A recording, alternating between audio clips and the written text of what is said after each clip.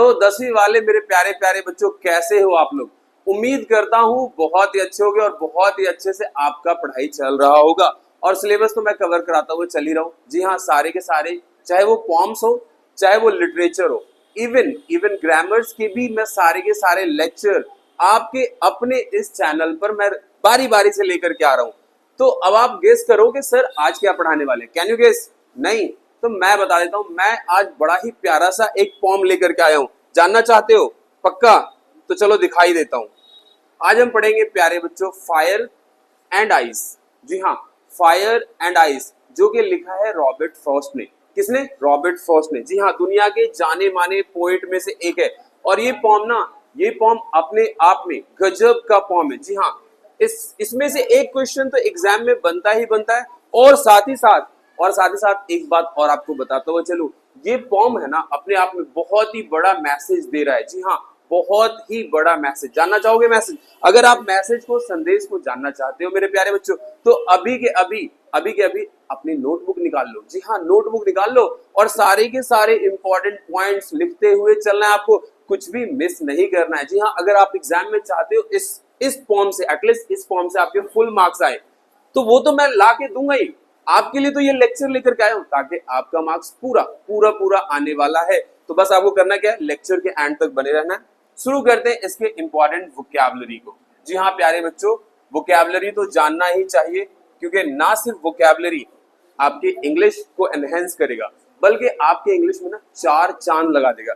जब आप एग्जाम में ये सारे वोकैबुलरी इस्तेमाल करके लिख करके आओगे ना, एग्जामिनर खुद समझ जाएगा कि बच्चा ना पढ़ करके आया। जी हाँ, बच्चा पढ़ करके आया, and he she will give you full marks. चाहते हो ना फुल मार्क्स लाना? तो अभी फटाफट ये सारे वोकैबुलरी नोट करना शुरू कर दो। फटाफट से नोट करना शुरू कर दो प्यारे बच्चों। देख लेते हैं क्या क्या है। The very first vocabulary is fire. Fire का मतलब होता है आग। फायर का मतलब होता है आग। The next one is ice. ये तो बच्चे भी जानते हैं, बर्फ। Then another one is some. Some मतलब कुछ लोग, या कुछ भी कह सकते हो। से मतलब कहना, कोई बात को कहना। एंड फिनिश, समाप्त हो जाना, खत्म हो जाना। फेवर, किसी चीज के पक्ष में, जैसे कि I am always in favour of my students. मैं हमेशा से आपके पक्ष में, अपने विद्यार्थियों के पक्ष में रहता हूं। आपके लिए तो जान भी कुर्बान है। क्या? हाँ, सही सुना आपने। वर्ल्ड मतलब दुनिया। You guys are my world. हाँ, आप लोग ही मेरी दुनिया हो, आपके लिए ही मैं पैदा हुआ हूं। बस ऐसे प्यार बरसाते रहो अपने इस गुरुजी पे। चलते हैं अगला वर्ड, द टेस्टेड। स्वाद लिया। जी हाँ, have you tested the momo of the new vendor. क्या तुमने स्वाद लिया उस नए वेंडर, उस मोमो वाले भैया का, जिन्होंने नया वेंडर खोला है? स्वाद लिया? बहुत ही गजब। हाँ, लड़कियों ने तो ले लिया होगा। हाँ, लड़कियां कह रही हाँ सर हमने ले लिया। पता है मुझे, आप लोग सबसे पहले ले लेते हो स्वाद। The next word is perish. Perish का मतलब होता है बर्बाद होना, नष्ट हो जाना, समाप्त हो जाना, खत्म हो जाना। The next word is twice. दोबारा, दूसरी बार। Why are you coming twice. दोबारा क्यों आ रहे तुम? Why are you coming twice, है ना? दोबारा क्यों आ रहे हो तुम? तो ट्वाइस का मतलब दोबारा होता है। इनफ, पर्याप्त। I have enough time. मेरे पास पर्याप्त समय है। लेकिन 10वीं वाले मेरे प्यारे बच्चों, आपके पास पर्याप्त समय नहीं है। अभी से आपको मेहनत करना होगा। जी हाँ, और मैं भी आपके साथ मेहनत करने के लिए तैयार हूं। आप चाहते हो अगर कि इंग्लिश में आपके 100 में से 100 आए, तो बिल्कुल सही प्लेटफॉर्म पे हो आप। बस आपको बने रहना है मेरे साथ, और फिर आपके मार्क्स पक्के होने जा रहे हैं। 20 तो खैर टीचर के हाथ में, लेकिन 80 आउट ऑफ 80 तो आलम सर आपको बिल्कुल गारंटेड है। जी हाँ, the next word is hate. घृणा करना, नफरत करना। होल्ड, मानना, पकड़ना, रोकना। कहते ना, होल्ड योर हॉर्स। अपनी जुबान पे लगाम रखो, अपने घोड़े को काबू रखो, है ना? That is an idiom. Desire, इच्छा। यार I have a very strong desire. बहुत ही तीव्र इच्छा है मेरी किसी भी चीज के लिए। To play, to run, to dance etcetera. Destruction, विनाश, बर्बादी। डिस्ट्रक्शन, विनाश, बर्बादी। And the next word is suffice. पर्याप्त होना, सफिशिएंट होना। तो मेरे प्यारे बच्चों, फटाफट से स्क्रीनशॉट ले लो, है ना? फटाफट से स्क्रीनशॉट ले लो और चलते हैं आगे की तरफ। तैयार हो जाओ और कुर्सी की पेटी बांध लो, क्योंकि मौसम संवरने वाला है और इस पोम में से आपके पूरे पूरे मार्क्स आने वाले हैं। तो चलते हैं आगे की तरफ। फायर एंड आइस, एक तरफ है फायर प्यारे बच्चों और दूसरी तरफ है आइस। जी हाँ, एक तरफ है आग और दूसरी तरफ है बर्फ। क्या लगता है आपको किससे दुनिया तबाह होगा?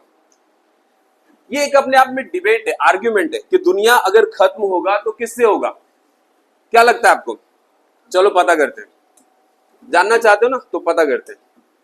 Fire and ice by Robert Frost. किसने लिखा है ये? रॉबर्ट फ्रॉस्ट ने। जी हाँ, दुनिया के जाने माने कवियों में से एक हैं। A short poem that explores, जो जिसमें हम जानेंगे two possible ways the world could end, दो संभव तरीके जानेंगे जिससे दुनिया खत्म होगा। आप जानना चाहते हो दुनिया किससे खत्म होगा? जानना चाहते हो ना तो बस बने रहो लेक्चर के एंड तक। और औरों को भी अगर आप चाहते हो कि वो भी जाने, अगर वो भी आपके 10वीं के साथ के बच्चे हैं, स्टूडेंट्स हैं, तो शेयर करना मत भूलना उनके साथ। By fire representing desire and passion, क्या दुनिया फायर से खत्म होगा? फायर का मतलब यहाँ पे क्या है? फायर का मतलब है लालच, फायर का मतलब है अवांछित इच्छाएं, है ना, अवांछित इच्छाएं, लालच, ग्रीड, है ना। और बाई आइस, या फिर ये खत्म होगा प्यारे बच्चों, या फिर ये खत्म होगा आइस, ठंडक से, बर्फ से, जो कि रिप्रेजेंट कर रहा है किस चीज को? Hatred and indifference. मनुष्य के मन के अंदर जो नफरत पल रहा है एक दूसरे के लिए, क्या उससे दुनिया तबाह होगा? तो प्रश्न यह है, दुनिया किस चीज से तबाह होगा? फायर से, आइस से। फायर जो है नफरत के लिए, नफरत, और आइस फायर जो है वो लालच के लिए, और आइस जो है वो नफरत के लिए। तो प्यारे बच्चों, दुनिया किससे खत्म होगा? लालच से या नफरत से? अब जानते हैं, हम आगे की तरफ चलते हैं और देखते हैं। तो ये अपने आप में एक डिबेट है, ये अपने आप में एक बहस है कि दुनिया किस चीज से खत्म होगा। वो बात अलग है कि मीम में एक बाबा ने कहा है कि 2026 में दुनिया खत्म है ना, वो बात अलग है। तो यहाँ पे हम देखते हैं किससे खत्म होगा दुनिया, लालच से, या यूं कहे कि अवांछित इच्छाओं से, या फिर नफरत से, हैटेड से या इंडिफरेंट से, है ना, हैटेड या इंडिफरेंस, इसी से तो दुनिया खत्म होगा ना। या फिर लालच, कपट से, छल से, लालच, कपट, छल, या नफरत से किससे खत्म होगा दुनिया? तो जानते हैं, the speaker weighs both possibilities. Speaker यहाँ पे दोनों संभावनाएं बताते हैं। अच्छा, यहाँ पे एक छोटा सा ग्रामर बता दूं, वोकैबुलरी। वेग्स जो है ना, अपने आप में एक वर्ब है। क्या है? इसका मतलब होता है तौलना। क्या मतलब होता है? तौलना। क्या मतलब होता है प्यारे बच्चों? तौलना। जबकि इसी का दूसरा वर्ड आता है वेट, WEIGHT। वेट जो है एक नाउन है जिसका मतलब होता है वजन। जैसे मैं कहूं माई वेट इज 72 kg, मेरा वजन 72 किलो, तो मैं ये बोल रहा हूं। अगर मैं कहूं कि मैं खुद को तोल रहा हूं तो I am weighing my self. फर्क देख लिया आपने?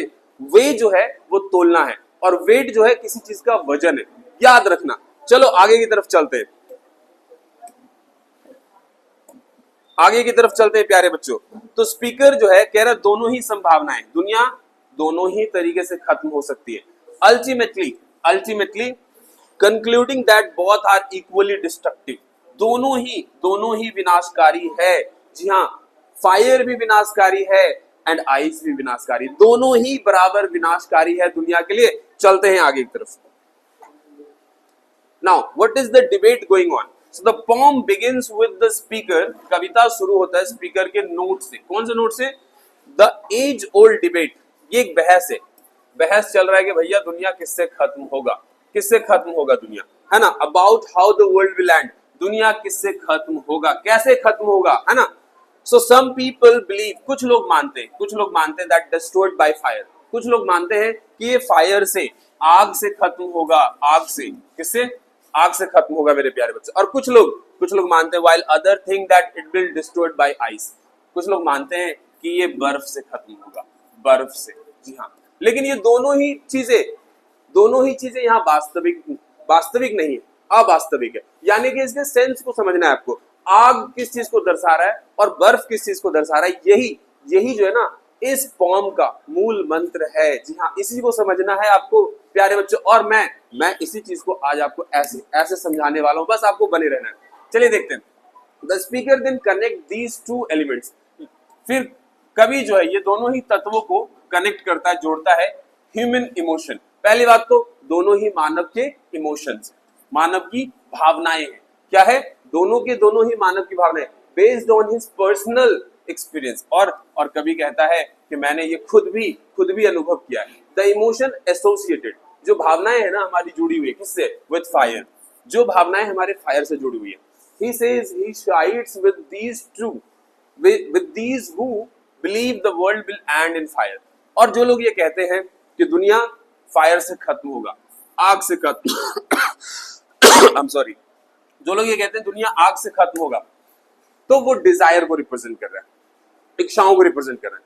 He feels that desire when left unchecked, जब इच्छाओं को अनियंत्रित कर दिया जाए, इच्छाओं को कंट्रोल में ना रखा जाए। जी हाँ, अवांछित इच्छाएं है ना, इनको अगर आपने कंट्रोल नहीं किया ना, तो ये कहीं ना कहीं इससे दुनिया समाप्त हो जाएगा, and can be just as destructive and all consuming as a wild fire, और जैसे मानो जंगल में आग लग गया, पूरा पूरा जंगल तबाह हो जाता है उस तरीके से। तो आपको क्या करना है? आपको डिजायर के ऊपर अनचेक नहीं होना है। You have to check your Dzire.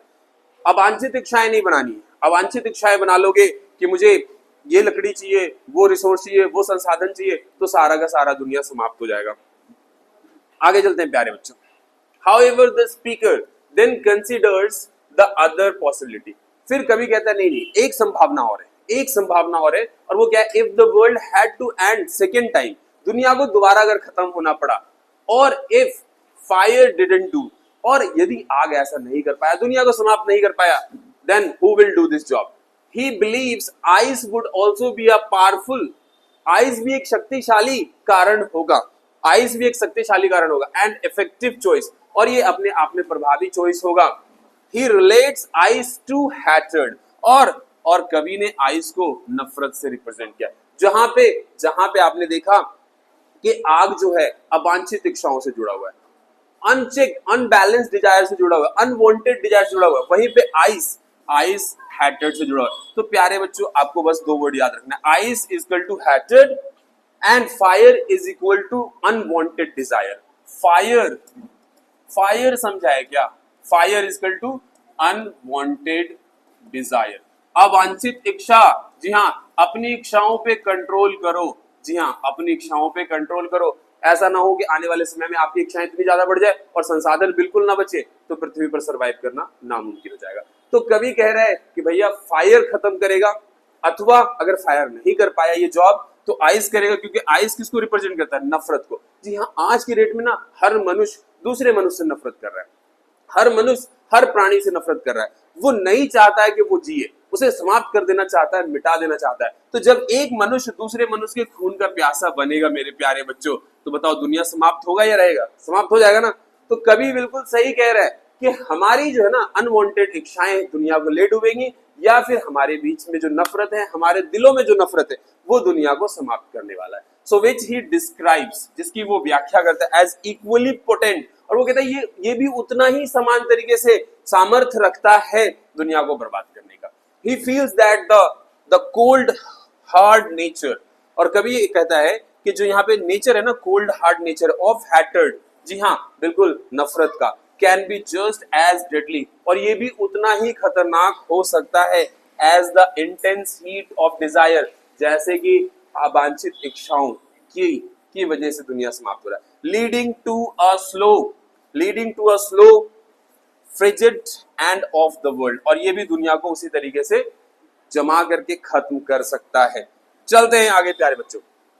So the pome central theme, what is the central theme of the pome? केंद्रीय प्रवृत्ति क्या है, केंद्रीय बिंदु क्या है कविता की? So is that both intense emotions, दोनों की दोनों जो इमोशंस है, दोनों की दोनों भावनाएं जो है बहुत ही ज्यादा खतरनाक है। That is fiery equal to desire and icy is equal to hatted.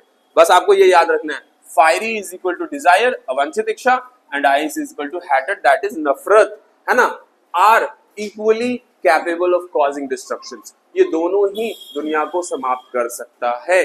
जी हाँ, बिल्कुल समाप्त कर सकता है। आप देख लो ना, हमारी इच्छाएं ही तो है जो अक्टूबर नवंबर में दिल्ली में वायु में इतना ज्यादा पॉल्यूशन देखने को मिलता है, हवा में इतना ज्यादा पॉल्यूशन देखने को मिलता है ना। हम लोग कार पूल करके रेडी नहीं है, हम लोग पब्लिक ट्रांसपोर्टेशन यूज करके रेडी नहीं है, हम लोगों को बस प्राइवेट व्हीकल्स ही। इस वजह से अपनी इच्छाओं को पूरा करने के लिए हम गाड़ियां खरीदते हैं और फिर दिल्ली में पॉल्यूशन इस तरह आप देखते ही हो। और आईसी की बात करें, हैटेड की, तो आप देखते हो हमेशा जातिवाद, मजहब, पंथ, धर्म, ये सारी चीजें आती रहती है हमारे बीच में, और कहीं ना कहीं इन चीजों के नाम पे हिंसा होते रहते हैं और बहुत सारे लोग अपनी जान गंवाते रहते हैं। सो आर टू इक्वली कैपेबल, ये दोनों ही कैपेबल है डिस्ट्रक्शन के लिए, दुनिया के लिए। So Robert Frost suggest that human emotions, मानव की इच्छाएं ही हैं, मानव की इच्छाएं। तो यहाँ पे आपने देखा फायर और ice, that is not fire actual and ice, these are two symbolic word, ये दोनों ही सिंबॉलिक वर्ड है। किसके लिए? डिजायर के लिए और हैट्रेड के लिए। जी हाँ, आप सोच रहे हो कि दुनिया में आग लग के खत्म हो जाएगा, नहीं। दुनिया में बर्फ जम के खत्म हो जाएगा, नहीं। ये दोनों ही सिंबॉलिक है। एक्चुअल आइडिया इनका अनंत इच्छाएं, अवांछित इच्छाएं, और दूसरा नफरत है, ठीक है। नॉट जस्ट नेचुरल फोर्सेस, ये नेचुरल फोर्सेस नहीं है, have the power to bring about the end of the world. तो ये दोनों ही प्राकृतिक तत्व नहीं है जो दुनिया को खत्म करेगा। दुनिया को अगर कोई खत्म करेगा तो मानव की इच्छाएं हैं और मानव के बीच का नफरत है। अब क्या? आप बोलोगे गुरुजी अब क्या?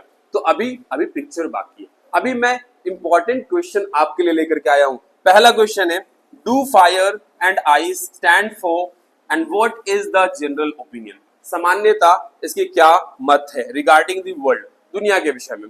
तो देख लेते हैं प्यारे बच्चे इसका उत्तर। So fire stands for fury, desire. Fire जो है, आग जो है, किसके लिए? Desire, lust, anger, avarice, cruelty, greed, यानी कि ये सारे के सारे मानव की प्रवृत्ति, मानव की इच्छाओं पर है। नेचर देखो, गुस्सा, क्रोध, है ना, नफरत, लालच, इस तरीके से इन चीजों के ऊपर, जो कि सिंबॉलिक है हैटर्ड का और कोल्डनेस का। Now the rigidity, insensitivity and intolerance, और अपने आप में ये सिंबॉलिक है मानव की क्रूरता का, इनसेंसिटिविटी होने का, असहनशील होने का, और किसी को बर्दाश्त ना करने का। सो general opinion regarding the world is that the world will and in fire, कि दुनिया फायर से समाप्त होगा और आइस से समाप्त होगा। So both the reasons contrast each other and one is equally oppose, और दोनों एक दूसरे के अपोज है to the other.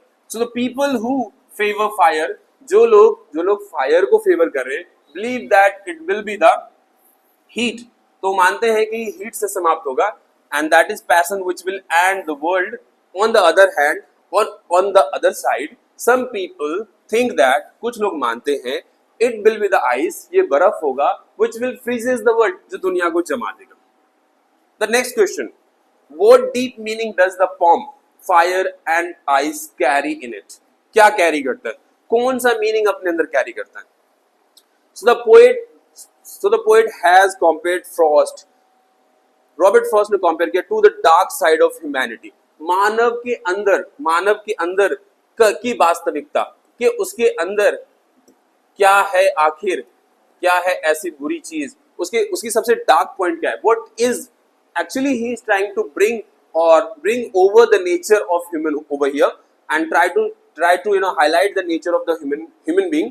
So hatred and lust, और बिल्कुल नफरत और लालच ही है। So according to the poet के हिसाब से मेरे प्यारे बच्चों, lust is a greater evil, लालच जो है सबसे बड़ा पाप है, सबसे बड़ी बुरी चीज है।